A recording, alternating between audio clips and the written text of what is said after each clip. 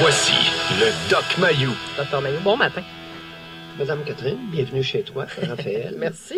Bon matin. Et bon matin à l'ancêtre qui colle au fond. Merci, Colle au fond des postes de radio. Salutations, chers collègues ancêtres. C'est parce que, faites attention, Docteur Mayou, parce que si Serge est un ancêtre, là, vous... Il y a seulement moi qui peux se permettre ce genre de blague-là. Ben oui. Absolument, vous avez tout à fait raison. On colle au fond. J'aime ça, Serge. C'est la première fois qu'on t'envoie ça aussi directement. Ah ouais, moi, je l'ai pas traité de fossile. À pas oublier cette chronique-là. Serge? Oh, quand même, hein, Serge, qui est d'attaque Oh, ce matin. fossile! Monsieur Pierre. Oui, effectivement, je suis en train de me fossiliser tranquillement. Ah, Docteur Mayou, plusieurs sujets Oui. pour vous ce matin. Ben oui, imaginez-vous donc, je vais vous raconter une histoire. Il y a une jeune fille qui se disait victime d'une attaque. Finalement, Docteur Mayou, c'est pas fondé, c'est pas vrai ce qu'elle a raconté. Ben oui, C'est plate, gênant. c'est gênant, hein?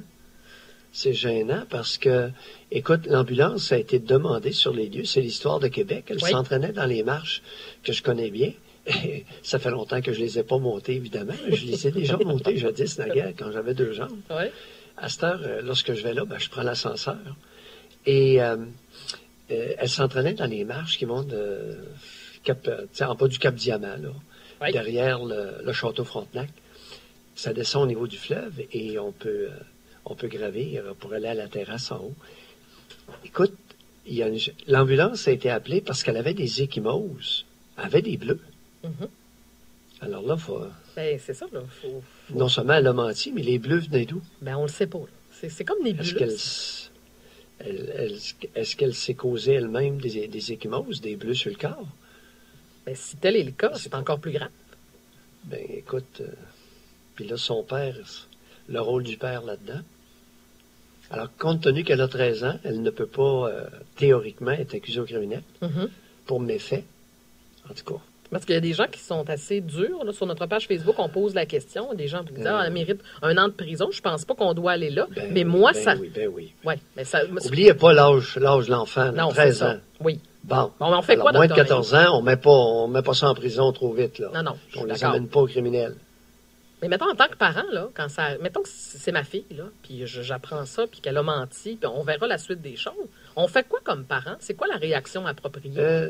Première chose, on se regarde. À quelle fréquence quotidienne je mens? Ah, intéressant. Alors, si vous avez un enfant qui ment, première réaction, vous vous regardez, tous les deux, Mhm. les grands, et vous vous demandez à quelle fréquence par jour ou par semaine nous mentons. Et lorsque vous aurez répondu à cette question-là, ben, procédez à l'étape suivante de l'algorithme, OK. Mais qui mettons. est de vous demander à qui ressemble cet enfant-là. Ouais, mais c'est un travail. Alors, mon oncle, ma tante, grand-papa, grand-maman. Ouais, OK, on va dans les ascendants. On se livre un exercice biologique ce matin. OK. Bon. Fait que Et une fois ça fait, l'étape suivante dans l'algorithme, en quel honneur notre enfant ment aussi allègrement? Ouais. Est-ce que nous l'avons intimidée lorsqu'elle était jeune au point où lorsqu'elle fait quelque chose, elles doivent mentir? Est-ce que nous l'avons négligée au point où elle ment pour attirer notre attention? Ce qui devient très intéressant, soit dit en passant. Mhm. Tiens. Ouais. Mais. Un enfant pourrait mentir pour avoir l'attention de sa génitrice. Ça pourrait être ça. Intéressant. Ouais. Ben, visiblement, Dr. Mayou, je ne suis pas psychiatre, mais il y a de ça là-dedans. En tout cas, si jamais tout ça est inventé, il y a matière à vouloir attirer l'attention. Il y a quelque chose de profond là-dedans. Là. C'est pas seulement d'avoir Oui. menti. Là. Ben, il faudra, si c'est vrai que le père était sur les lieux, alors il faudra reviser la relation géniteur-adolescente. Oui. Parce que là, c'est le père qu'on a vu dans cette situation-là. Là. La génitrice, on ne sait pas où elle est et qu'est-ce qu'elle fait. Là. Mais Oui. c'est parce que peu de gens vont se livrer à cet exercice-là. Combien de couples vont s'asseoir? Bon, chérie, on va regarder la situation. Toi, tu mens combien de fois par semaine? Ah, moi, 8. Par jour, par jour. Par jour, OK. On va commencer par jour. OK, par jour, bon. Mais mettons 2. Toi, ben, peut-être 4. Bon, ben, c'est toi. Vous comprenez, tu sais, qui va faire ça? C'est un peu... Ben, c'est le premier quand même. Oui, je le sais. C'est le premier à faire parce que l'exemplarité Oui. avec les jeunes enfants, ce ne sont pas les grands discours qui passent, mais l'exemple. Oui, oui, vous avez raison.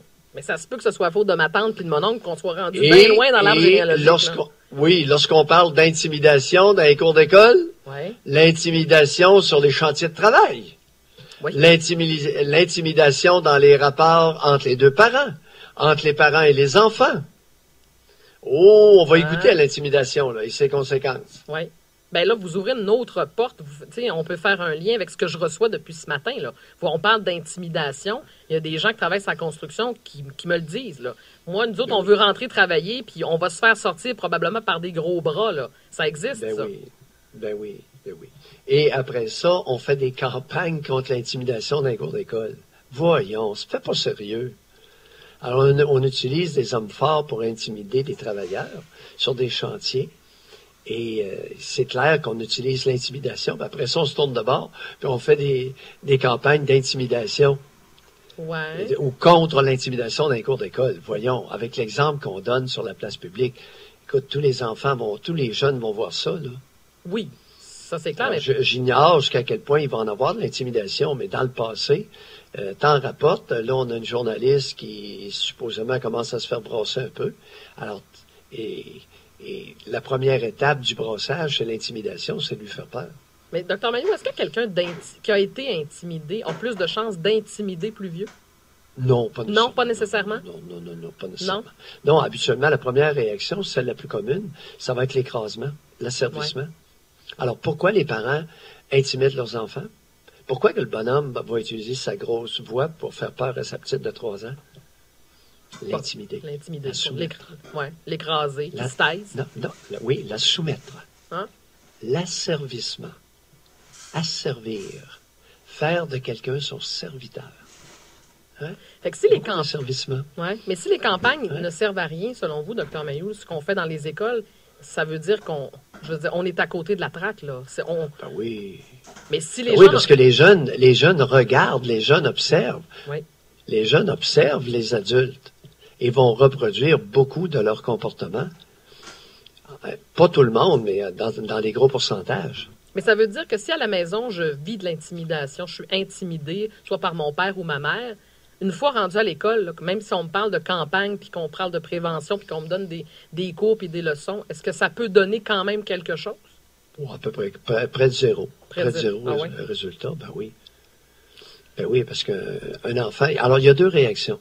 Un enfant qui est intimidé à la maison par ses parents et que c'est répété, va arriver à l'école, ou bien ça fait une victime parfaite d'intimidation, ou bien il se révolte et va avoir le comportement contraire qui va être d'intimider les autres. Ah, OK. Mais principalement l'écrasement, deuxièmement la révolte et le syndrome de Stockholm va imiter l'abuseur.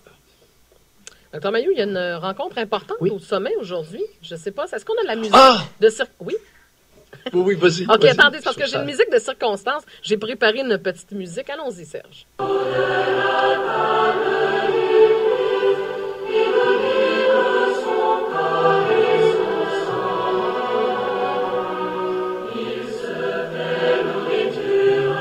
Alors, Dr Mailloux, ce matin, l'heure est au recueillement parce qu'il y aura rencontre au sommet, une rencontre que les 2 principaux intéressés semblent tellement excités de se rencontrer l'un et l'autre. Le pape François et Donald Trump.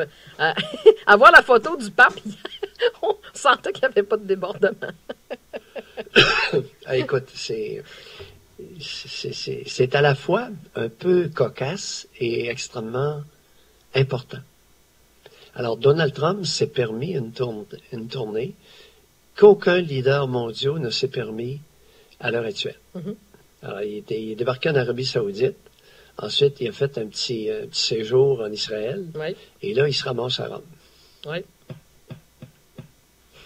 Et il était le premier leader, le premier président américain à aller toucher au mur des lamentations. Mm-hmm.